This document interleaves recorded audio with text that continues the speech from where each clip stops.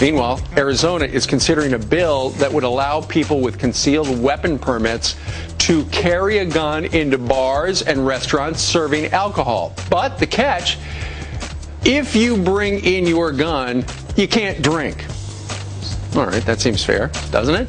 If it passes, Arizona would be the 41st state to have such a law. Gretch, Brian? All right, thanks, Steve. Speaking of guns, what about bringing them to church? Well, a Louisville pastor encouraged everyone to bring their guns to church this weekend for an open carry celebration. Pastor Pagano joins us right now from Kentucky. What was the point of this, Pastor? It was to promote firearm safety, responsible gun ownership, celebration of our Second and First Amendment rights, and to create a creative venue as Christians where we can share our faith with people that we might not normally come in contact with. I understand, Pastor, that one of the prerequisites for coming to the church with a gun was it obviously could not come loaded. Yes. But how did you comfortably know that that was going to be the case?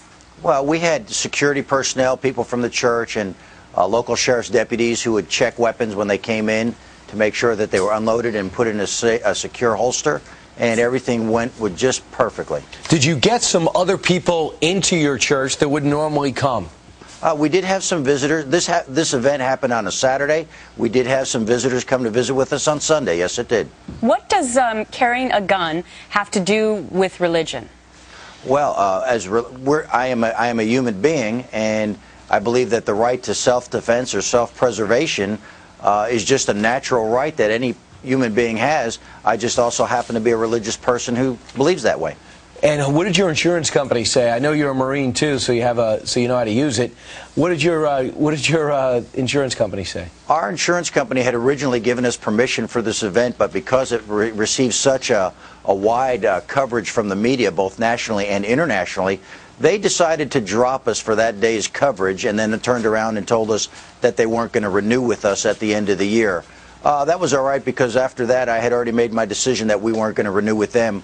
We did find a private insurance company that did cover us for the day. Everything worked out just according to plan. Pastor, how did your parishioners feel about it? Because I'm just thinking to my church environment, and there's such a diverse group of people and diverse points of view. And so I'm wondering, if you do something like this, did you turn off some of your parishioners, or did they all happen to agree with it? Well, you know, we didn't enter this lightly. We've been thinking about this for a year. The elder board, the deacons, myself, we talked about it, we planned it.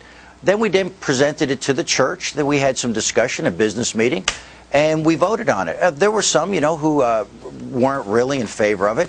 But once we all voted, we decided that this is what we're going to do as a church. And I want you to say, I am the proudest pastor in the world of my church people at New Bethel Church.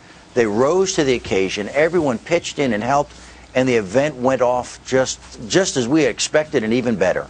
Well, it's just the event. You brought a gun to church and no one shot it. Does that mean it came off all right? Yeah, without a shot, sure. This was the celebration heard around the world. By the way, though, people do carry in churches all the time. Concealed carry weapons are allowed by law in the Commonwealth of Kentucky. Pastor Ken Pagano, thanks. Thank you, Brian.